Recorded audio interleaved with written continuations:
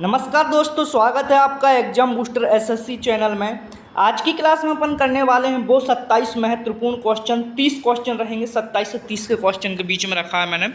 तो आज अपन बड़े महत्वपूर्ण क्वेश्चन करने वाले हैं। जैसा कि अपन जानते हैं, यहाँ पे आप लूसेंट पढ़ते हैं और लूसेंट की क्लास यहाँ पे आपको डेली मिलती है। 30 से 25-20 के क्वेश्चन के बीच में रहती है, जो बड़े महत्वपूर्ण क्वेश्चन रहते हैं। जैसे आप देख सकते हो, बड़े महत्वपूर्ण क्वेश्चन रहते हो। जो अपने चैनल पर नया हो तो भैया अपने चैनल को सब्सक्राइब कर लीजिए और अपने चैनल से जुड़ जाइए और लूसेंट का धीरे धीरे निचोड़ पढ़ते जाइए।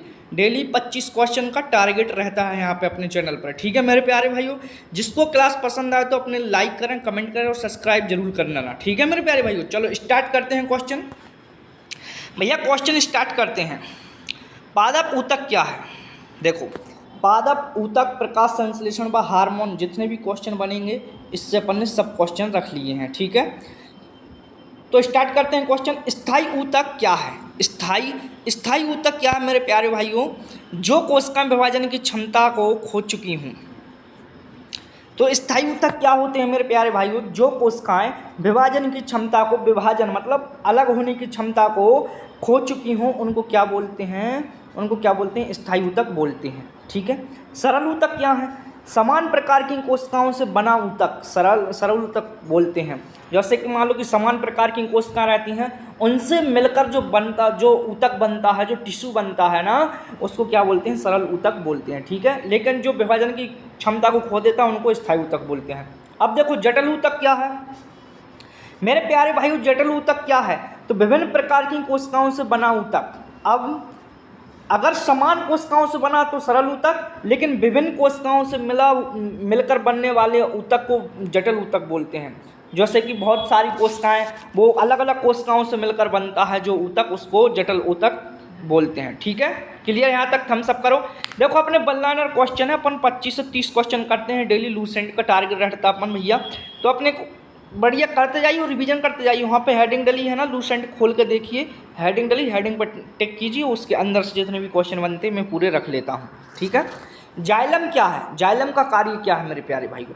देखो, जाइलम का कार्य क्या है, मैंने कल ही बताया था इस क्वेश्चन को। जो जाइलम होता है, जल खनिज का परिवहन करता है। अब आपको ये भी डाउट होगा, तो जाइलम होता कहाँ है? जाइलम भैया जड़ों में होता है। भैया जड़ों में जाइलम होता है, और जल खनिज पदार्थ जड़ों से लेके फल पत्तियों तक ले जाता है। ठीक है। लेकिन फिलोएम क्या होता है भैया? फिलोएम का कार्य है भोजन का परिवहन। जो प्रकाश संश्लेषण करके जो भोजन बनाती हैं पत्तियां मत्तियां, तो वो जैसे कि मैं देखो यहाँ पे पेड़ बना दे रहा हूँ, कल ही बताया था मैंने पेड़ से। तो जल मतलब जा से जड़ होती है, जा से जड़ समझो। तो जाइलम कहाँ होता है? यहाँ पे नीचे। और फा से क्या होता है? फल। तो फल हमेशा कहाँ लगते हैं? ऊपर। तो फिलोएम कहाँ रहता है? ऊपर। तो भैया फिलोएम क्या कार्य करता है? भोजन का परिवहन कर जड़ों तक ले जाता है। लेकिन जाइलम का क्या करता है? जो जल खनिज पदार्थ होते हैं वो जड़ों से पेड़ पत्तियों तक ले जाता है, मतलब पत्तियों तक ले जाता है। समझ में आया क्वेश्चन? बिल्कुल क्लियर है यहाँ तक। देखो, अब छठवें क्वेश्चन पर चलते हैं। प्रकाश संश्लेषण क्या है? प्रकाश संश्लेषण क्या है मेरे प्यारे भाइयों? प्रकाश संश्लेषण क्या है? तो प्रकाश संश्लेषण क्या है, चलो अगली स्लाइड में देखते हैं इसका क्वेश्चन का आंसर। प्रकाश संश्लेषण क्या है मेरे प्यारे भाइयों? पौधों द्वारा भोजन बनाने की प्रक्रिया को प्रकाश संश्लेषण कहते हैं। जो पौधे होते हैं, सॉरी 1 मिनट रुको, 1 सेकंड रुको, मैं इसको मिटा लूँ यार, ये मार्कर चेक। हाँ देखो, पौधे द्वारा भोजन बनाने की प्रक्रिया को क्या बोलते हैं? प्रकाश संश्लेषण बोलते हैं। अब कैसे बनता है? देखो, मैं बता रहा हूँ, जो पौधे में पत्तियाँ होती हैं उनमें रहता है स्टोमेटा, मतलब छोटे छोटे रंध्र पाए जाते हैं जिससे वो श्वसन भी करते हैं, और क्लोरोफिल भी पाया जाता है जिससे कि वो हरी रहती हैं, और प्रकाश संश्लेषण भी इन्हीं से करता है, मतलब करती हैं। ठीक है। तो पौधे द्वारा भोजन बनाने की प्रक्रिया को ही प्रकाश संश्लेषण कहा जाता है। प्रकाश संश्लेषण के लिए आवश्यक चीज़ें क्या हैं? प्रकाश संश्लेषण के लिए आवश्यक चीज़ें क्या हैं मेरे प्यारे भाइयों? तो प्रकाश संश्लेषण के लिए आवश्यक चीज़ें देख लीजिए। CO2 पानी, प्रकाश, क्लोरोफिल। मैंने देखो बोला था CO2 पानी, प्रकाश, क्लोरोफिल। मैंने बोला था कि ऑक्सीजन लेता है, कार्बन डाइऑक्साइड छोड़ता है।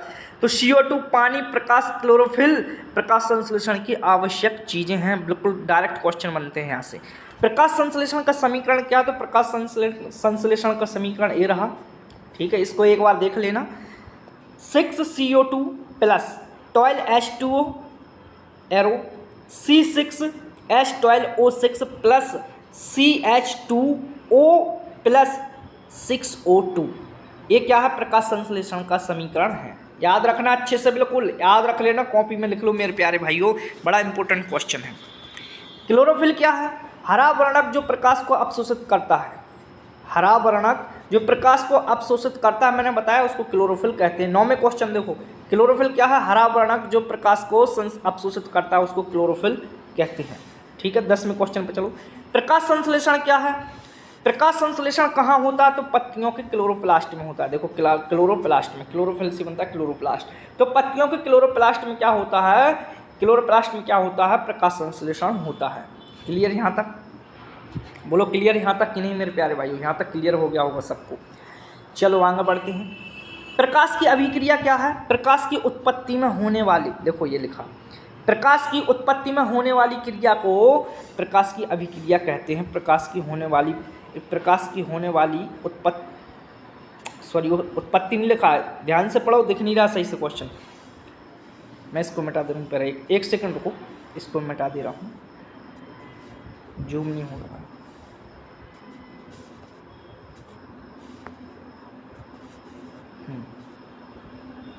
प्रकाश की अभिक्रिया क्या है? तो प्रकाश की उपस्थिति में होने वाली क्रिया को प्रकाश की अभिक्रिया कहते हैं। प्रकाश की उपस्थिति में होने वाली क्रिया को प्रकाश की अभिक्रिया कहते हैं। क्लियर यहाँ तक मेरे प्यारे भाइयों? चलो उम्मीद है यहाँ तक आपको समझ में आई होगी। अब अगले क्वेश्चन पर चलते हैं। देखो अंधकार अभिक्रिया क्या है? प्रकाश अभिक्रिया देख ली, अब देखते हैं अंधकार अभिक्रिया क्या है। भैया अंधकार अभिक्रिया क्या है? बिना प्रकाश के होने वाली रासायनिक क्रिया को अंधकार अभिक्रिया कहते हैं।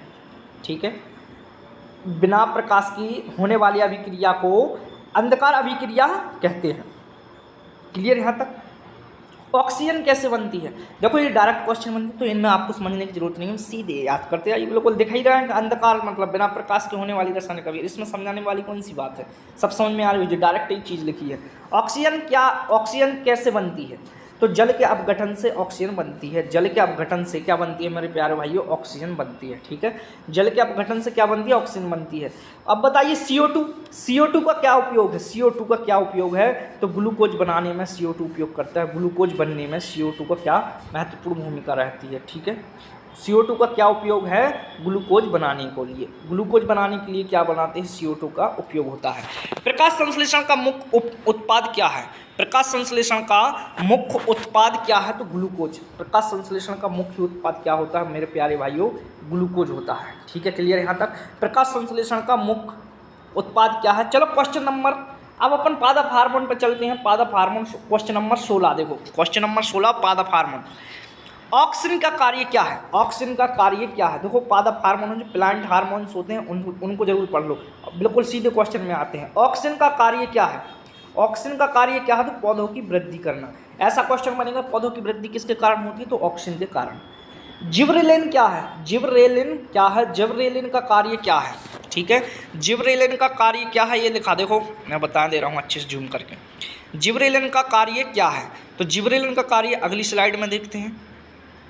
तने की लंबाई को बढ़ाना जिबरेलिन का कार्य होता है। तने की लंबाई बढ़ाना, तने की लंबाई को बढ़ाना क्या होता है? जिबरेलिन का कार्य होता है। ठीक है, जिबरेलिन। ठीक है, साइटोकाइनिन क्या है? भैया साइटोकाइनिन क्या है? साइटोकाइनिन का कार्य क्या है? तो कोश का विभाजन बढ़ाना साइटोकाइनिन का कार्य है। जो अपना पौधा होता है धीरे धीरे मोटा होता जाता है, लंबा हो जाता है, तो इसकी किसकी वजह से होता है? कोश का विभाजन की वजह से होता है मेरे प्यारे भाइयों, तो इसको ही साइटोकाइनिन बोलते हैं। ठीक है, देखो ठीक है, क्लियर यहाँ तक? अब देखो